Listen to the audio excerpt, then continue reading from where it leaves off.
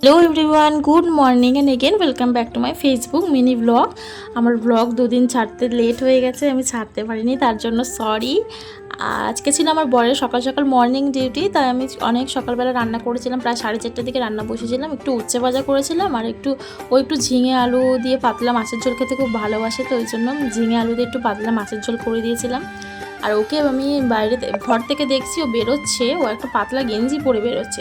আমি ওর জন্য ঘর থেকে আবার একটা শার্ট নিয়ে গিয়ে ওকে দিয়েছি। ও কিছুতেই পরতে চায় না, আমি জোর করে ওকে পরিয়েছি যে না, এত সকালবেলা তুমি যাচ্ছ, খুবই ঠান্ডা ঠান্ডা আছে এখন, তুমি শার্টটা পরে যাও, তুমি পরে খুলে দেবে, কারণ ও গাড়ি চালিয়ে যাবে, একটা ঠান্ডা হাওয়া তো বইবে।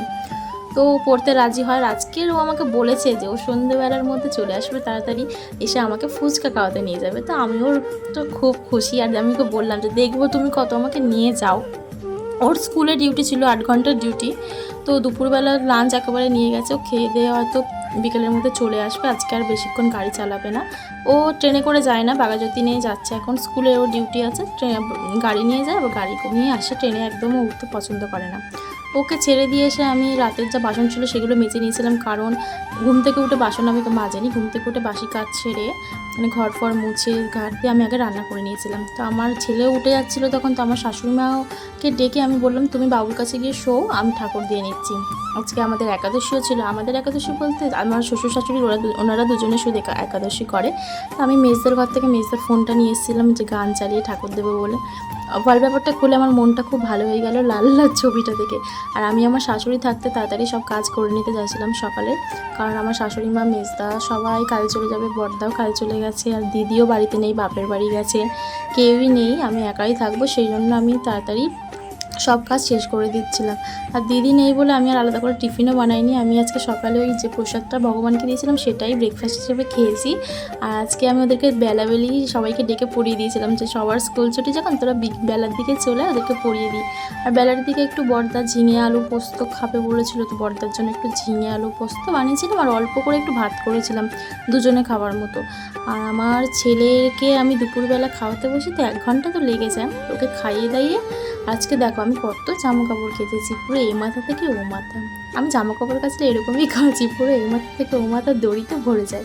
পুজোর সময় আমার বাড়ির সামনের এক বৌদি এটা আমাকে গিফট করেছে, গিফট পেয়ে আমি সত্যি খুব খুশি। এটা খুব তাড়াতাড়ি একদিন পরবো। আজকে একটু আলমারিটাও গুছিয়েছিলাম, ছেলে যখন ঘুমাচ্ছিল, তারপর আমি ভাত না খেয়ে ওর পাশে ঘুমিয়ে পড়েছিলাম। ঘুম থেকে উঠে দেখি মা 3টে বেজে গেছে। তারপর ভাতটা খেয়ে নিলাম।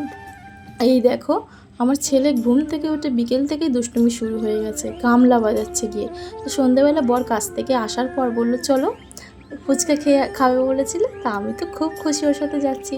তো ও বললো চলো তোমাকে আগে আজকে ঘুগনি খাওয়াবো। তো আমাদের এখানে না একটা খুব মানে ফেমাস জায়গা আছে নরেন্দ্রপুর স্টেশনের ওপরে, বামদেব বাবার ঘুগনি। এটাও আমি খেতে খুব ভালোবাসি, তো আমাকে নিয়ে গেছে, বলছে চলো ঘুগনি খাবে। তো আমি ঘুগনি আর মুড়ি নিয়েছিলাম সাথে, কারণ আমার ছেলে না মুড়ি খেতে খুব ভালোবাসে, ওর জন্য নেওয়া। আর ওখানে ঘুগনি মুড়ি খেলে ওটা ওর একটা বন্ধুরও দোকান হয়, ওই দোকানটা কিন্তু খুব ভালো, ওখানের ঘুগনি যারা নরেন্দ্রপুর থাকে তারা জানে। তো ওখানের পাশে এরকম মাটির প্রদীপ বিক্রি হচ্ছিলো, তো আমি তো এবারে প্রদীপ বানাতেই সময় পাইনি। তো আমি বললাম তাহলে আমি এখান থেকে কটা প্রদীপ কিনে নিও। বললো নাও। এই দোকানটায় না আমি প্রায় আসলে অনেক কিছু দেখি, এখানে খুব সুন্দর সুন্দর রাধাকৃষ্ণের ফটো পাওয়া যায়। আমার খুব ইচ্ছা আছে এই বড় রাধাকৃষ্ণের একটা ফটো আছে এখানে কেনার। আমি দামও জিজ্ঞাসা করে এসেছি, আমি মাইনে পেলে আমি মাসের শেষে গিয়ে কিনবো, ওখানে খুব সুন্দর সুন্দর ফটো থাকে। তারপর বাড়ি যাওয়ার পথে একটু বর বাজার করছিল, বাজার করে আবার মিষ্টি কিনলো আমার শ্বশুর শাশুড়ির জন্য। অ্যাকচুয়ালি বাজার কিন্তু আমরা করি না, বাজার কিন্তু আমাদের শাশুড়ি মাই করে, আমাদের যেহেতু জয়েন্ট ফ্যামিলি, আমার শাশুড়ি মাই কিন্তু উনিই বাজার করে। আমরা কোনো দিনও আমাদেরকে বাজারে পাঠায় না যে তোরা বাজার করায়, উনি বাজার করে সব সময়। তো বাজার করে মিষ্টি নিয়ে আবার আমরা একটু, আমার ছেলের একটা তেল নেওয়ার ছিল, তেলটা নিলাম আমরা ওষুধ দোকান থেকে। তো অনেক কিছু অফার করেছে খাওয়ার জন্য, কিন্তু আমি কিচ্ছু খাইনি। আমি বলেছি তুমি আমাকে আমাদের পাড়ার ওখানে নিয়ে গিয়ে ফুচকা খাওয়াবে, কারণ আমি যেখানে খাই আমি সেখানে গিয়ে ফুচকা খাবো, ব্যাস আমি আর কিছু খাবো না, কারণ গিয়ে আমাকে রান্না করতে হবে রাতে। তো আর এসে রান্না করেছিলাম না, না এটা আমাদের খাবার নয়, এটা আমাদের বাড়ির পাশের কুকুরগুলোর জন্য আগে রান্নাটা করে নিয়েছিলাম, কারণ আমার রান্না করতে দেরি হয়ে যাবে, তো ওরা কি অতক্ষণ না খেয়ে থাকবে।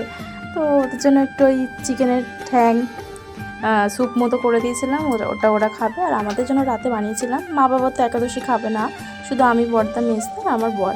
ডিমের কারি করেছিলাম অমলেট করে, আর একটু বেগুন আর পটল ভেজেছিলাম। রাত্রিবেলা অনেক লেট হয়ে গেছিলো আমার রান্নাটা করতে। তো আমার বর খেয়ে খুব প্রশংসা করেছে যে ডিমের ঝোলটা খুব ভালো হয়েছিল।